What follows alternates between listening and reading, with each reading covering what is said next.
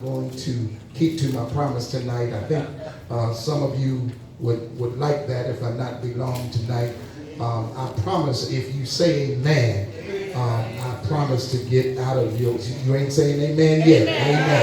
Amen. God bless you. I tell you, your amens will push me to where you want me to be. And so I bless the name of the Lord. It doesn't take all night. Amen. And sissy, you can't tell it all anyway.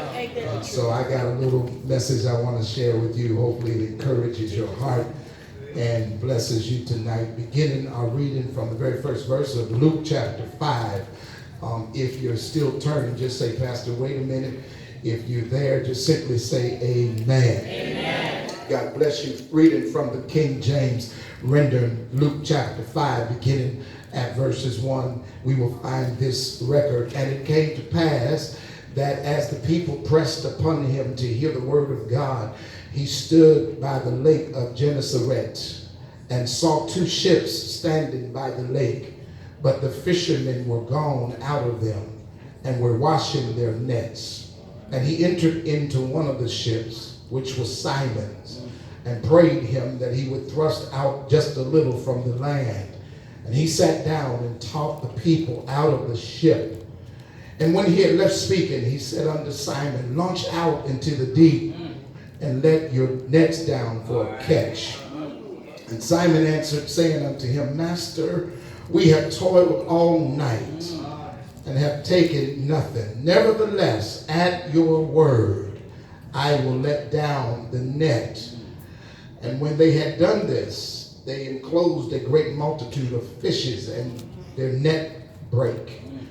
And they beckoned unto their partners, which were in the other ship, that they would come and help them. And they came and filled both of the ships, so that they began to sink. So good to see Bishop Rowe tonight. God bless him. Amen. I want to talk from this tag. God is getting ready to blow your mind.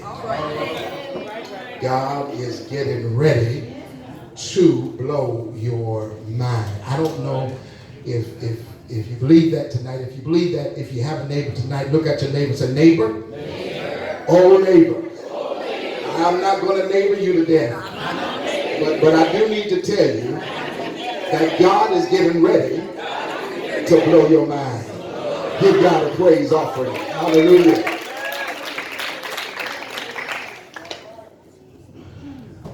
I love Discovery Channel's show, particularly called The Most Deadliest Catch. And I can sit and watch The Deadliest Catch, Dr. Jackson, because it shares chronicles of several ships, particularly their captains or their skippers,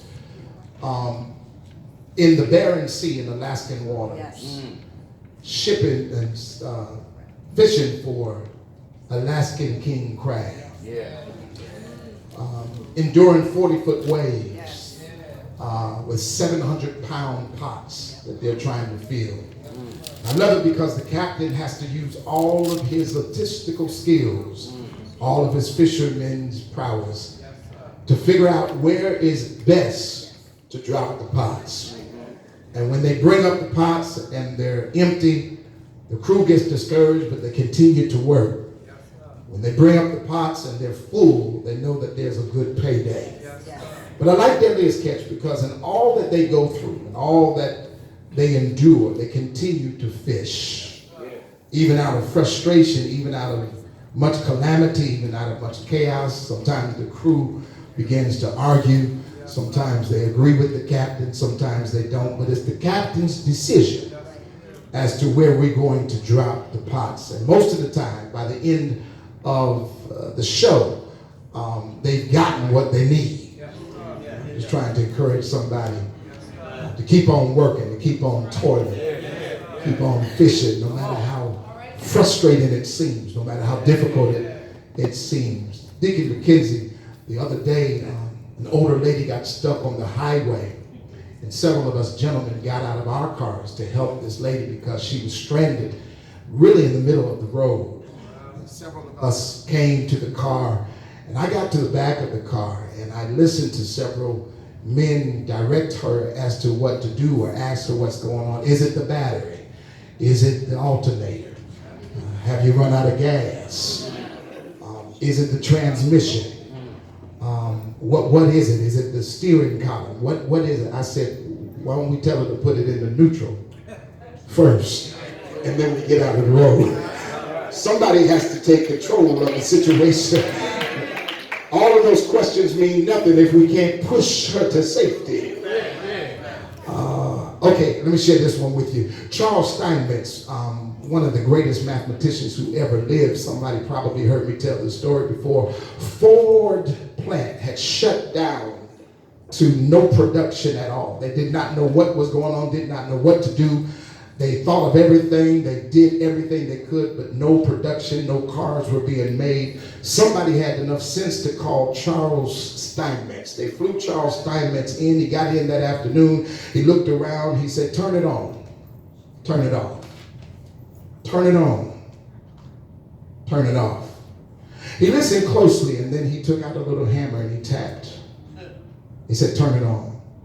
And what do you know? Production began to go again. And the people there, they couldn't understand. The employees said, gosh, all he did was tap something. He flew back, and about a week later, he presented a bill for $10,000 to Ford Motor Company. They couldn't understand it in the executive offices. They were saying, well, all he did was tap a little bit. I don't understand. He just tinkered here and tinkered there. Call him up and find out maybe this bill's a mistake. They called Mr. Steinmetz up. Mr. Steinmetz answered the phone. They said, Charles, we believe you made a mistake on the bill. The invoice says $10,000. He said, all you did, we watch it, all you did was you tinkered with the machine. He said, oh, tinkering, no charge. No one where to tinker. $10,000. Turn to your neighbor and say, sometimes you got to know what you're doing. Sometimes you got to know where to tinker. Sometimes you got to know where to go. And that only comes from listening to God and God's word. The text here before us tonight is a text that is one of my favorite texts, Dr. Jackson. It's a text that Jesus comes on the lake of Gennesaret. He looks at two ships. Nobody's in the ships. You've got to understand that the text intervenes with us presuming that there had been fishing the night before. But he sees the finished product of the fishing by two empty boats with the fishermen are not on board. They're over washing their nets. And I need to share with you, they're washing their nets because in that time, fishermen had to wash their nets so that they could get ready for tomorrow. Somebody say, prepare for tomorrow. It's good, my brothers and sisters, when you can prepare for tomorrow. And the only way you can prepare for tomorrow is getting with God today. They were out of their ship washing their nets because they had caught nothing, but their mindset and their mentality and their emotion was that we'll get back at it tomorrow. We'll try this thing next time. Maybe we'll have better luck next time. Am I talking to anybody here tonight who knows that sometimes there's been a long night of frustration? There's been a long season of drought. There's been a long season of discouragement. But if you trust God and try it again next time, you may have better results. The fishermen they understood that there was always tomorrow. And I don't know who I'm speaking to tonight on this 41st anniversary, that you may be discouraged tonight, but I need to share with you that there's always tomorrow. Tap your neighbor and say, I know you had a hard time tonight, but there's always tomorrow. I know that today got difficult, but there's always tomorrow. I know that things didn't work out well today, but there is a tomorrow. Not only were they preparing their nets for tomorrow, but they also were preserving their nets because that was all the resources and the tools that they had. You need to learn to take care of what God has given you. You need to learn to appreciate the things that God has given you and take care of it. Deacon Cousins knows as a fisherman, they would catch all kinds of things, and debris would get in their nets, and glass and rocks and pebbles would get in their nets, and things that could compromise minimize the net, things that can make the net not useful. So they had to be careful and wash their nets so that the next day when they went out, their nets would have the integrity that their nets needed to catch the fish. There are some people that treat God any kind of way. There are some people that treat what God gave you any kind of way. There are some people that treat God any kind of way. When God has been good to you, when God has blessed you, when God has made a way for you, when God has opened doors for you, when God has healed your body, when God has paid some bills, when God has made some things right, when God has opened some doors, and then we treat God any kind of way. Wake your neighbor up and say, neighbor, be careful to preserve the relationship that you got with God. I'm not going to be long. They're washing their nets because they're preparing for tomorrow. They're washing their nets because they're preserving their resources. Secondly, I like the text because it shows us their willingness and obedience. Jesus is teaching, after which he says, Simon, I believe this is your boat. He says, why don't you launch out into the deep? Here's Simon. Simon says, this must be a joke. I mean, we've been toiling all night long. Who are you? He calls him master. That means that he didn't know Jesus before this, but because he heard Jesus teaching while he was washing his nets, he surmised that this must be a different kind of man. He's using my boat to preach. He asked somebody else to thrust my boat out so he can get in my boat and preach. He ain't even asked me to get in my boat. He just got in my boat and somebody thrust him out. But I don't mind Jesus getting all up into my business. I don't mind Jesus getting all up into my world. I don't mind Jesus getting all up in my home. I don't mind Jesus getting up in my empty places. Remember, the boat was empty, but Jesus got in it. Some of us are on empty tonight, but if you let Jesus get in your emptiness,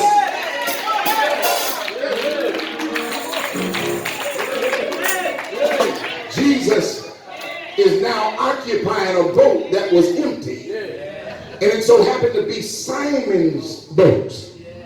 After the teaching and after the preaching, he says to Simon, why don't you launch out into the deep? Now Simon is incented by this because Simon's a fisherman. Simon is an expert at fishing. This is what he does. He's a trained fisherman. How dare he, whoever he is, tell me to launch. I'm tired. I've been fishing all night. I'm going home and going to bed. As soon as I clean these nets, I'm going home. I'm not talking about fishing. Fishing would be tomorrow. Jesus says, no, launch out your net into the deep. Now, I need to share with you the second thing I like is the willingness and the obedience that Peter and the boys have. And I wonder tonight, is there anybody who's willing and obedient? You don't understand what the Lord has told you, but you're obedient. You may not even really understand what God is saying to you to do, but you got to be obedient. It may not make sense to you, but you got to be obedient. There's plenty of things that the Lord has told me to do that did not make sense, but my job is not to question God. My job is to be obedient to God.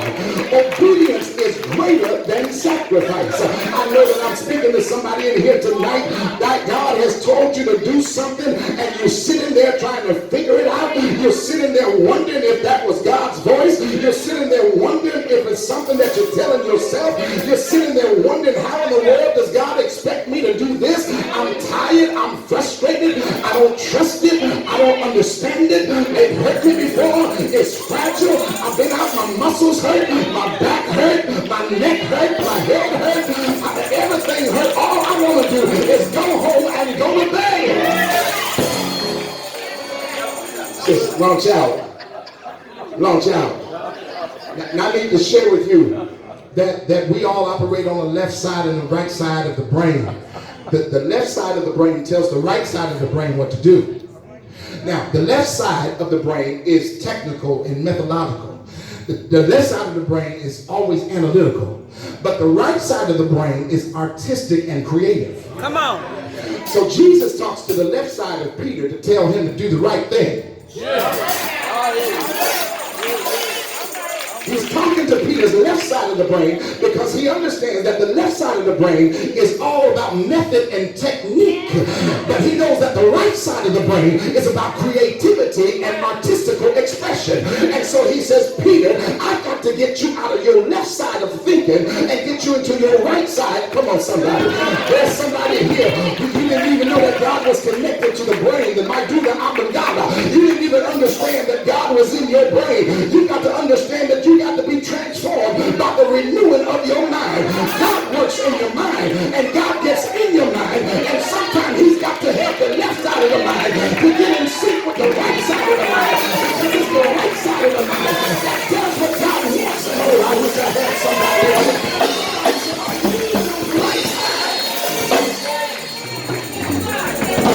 Deacon McKenzie, I made so many mistakes with the left side. I blew it with the left side. I used to cuss with the left side. I used to fuss with the left side. I used to make all kinds of mistakes with the left side. But when I started letting God work on the right side, I started getting creative. I started getting artistic. I started knowing there's an alternative. I started understanding other options. I had other perspectives and other proclivities, other views. Fresh insight. Somebody say right side.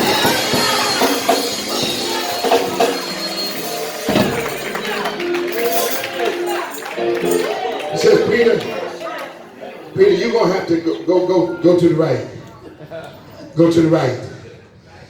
Now, you know, I called into an answer service today, and it said, pay attention to the message as our options have most recently changed.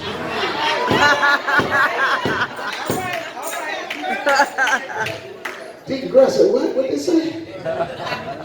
Pay attention to the message as our options have most recently changed. So when I called in last time, things must have changed.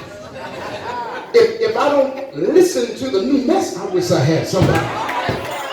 Sometimes we don't listen to the new message because we think we know it all. And we think we remember what it said last time. Oh, I ain't going to listen to it. I'm just going to pop out. I know what it is. But sometimes you got to listen to the word and the whole message, because your decision is in listening to the new instructions of your life. Willingness in obedience. Thirdly, I believe, as Peter is sitting here, Jesus says, launch out into the deep. I'm almost done. Let down your nets for a catch. Well, I think, Dr. Rowe, Peter's probably saying, well, we should go ahead and try it his way. We've tried it our way all night long and have caught nothing. Is there anybody here who says, I'm for an alternative measure? If he says, let the net down to the right, I'm all for it, because I know the results that I got last night proved to give me nothing. And so I'm going to try it God's way. You've tried it God's way for 41 years. You don't make it 41 years without trying it God's way. Tap your neighbor and say, neighbor, you might as well try it God's way. Look at the results you got. Look at what you came up with. Look at what's in your hands. Look at what's in your pocketbook. Look at what's in your wallet. I might as well try it God's way. Turn to your neighbor and say, well, what do I got to lose anyway? Somebody say, what do I got to lose? What do I got to lose? What do I got to lose? What do I got to lose?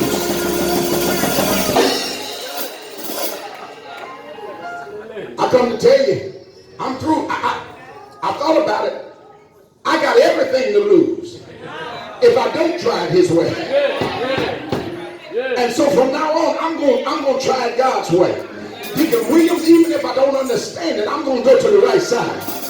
The third thing, and I'm gone, is you notice not only were they washing their nets, not only were they willing and obedient to follow his instructions, but notice the text says that Simon says in verse 5, Master, we have worked and toiled all night long, and we don't have anything to show for it. Nevertheless, at your word, we're going to go ahead and do this. We're washing our nets. We're willing and obedient to hear you because of your word. All right. Look at your neighbor and say it's because his word. That's the only reason that I believe I can do anything. It's because his word. His word needs to understand that there's no struggle that can strangle out God's word. They toiled all night and caught nothing. They fished all night, caught nothing. Their muscles ache, but nevertheless, at your word, if you think we can do it, we're going to go ahead and do it. When you take God for him and his word will meet our needs, watch this, but will also exceed your expectations. It's in the text. His word will meet our needs, but also exceed our expectations. It's in the text because when Peter launches on the right side, the Bible says that they brought up so much fish that it broke the nets that they were working to preserve. I wish I had somebody here. And so not only does the word meet your needs, but will also exceed your expectations. And that's why I said that God is getting ready to blow our minds. God is getting ready to do something you've never seen him do before. I need to share with you that his word gives us net-breaking increase. Yes. Is there anybody here who knows that his word gives us net-breaking increase? His word also forces other people to come and partner with us. Notice verses 6 and 7 says that the ship was so loaded that the partners had to come and help out with the fish. When you get on God's word, partners come out of nowhere. When you get on God's word, people will come and be blessed by what God has given you. I need to tell you, turn to your neighbor and say, neighbor, God's getting ready to blow your mind. I need to tell you, it's not Socratic questions. It's not Plato's Republic. It's not Aristotelian logic. It's not the Cogito of Descartes. It's not the pure critique of reason of Kant. It's not the modal system of Leibniz. It's not the optimism of Voltaire. It's not the skepticism of Hume. It's not the evolution of Darwin. It's not the existentialism of Kierkegaard. It's not the pragmatism of Pierce. It's not your good looks. It's not your education. It's not your family connection. It's not your degrees. It's not your pedigree. It's not how fine you are. It's not how well connected you are. It's not where you went to school. It's not where you live. It's not the kind of car you drive. It's not the zip code you live in. It's not where you turn your key at night. It's not who you're laying next to. It's not who you're getting up next to. It's in his word. His word is a lamp unto my feet. His word is a light unto my path. His word burns in my soul.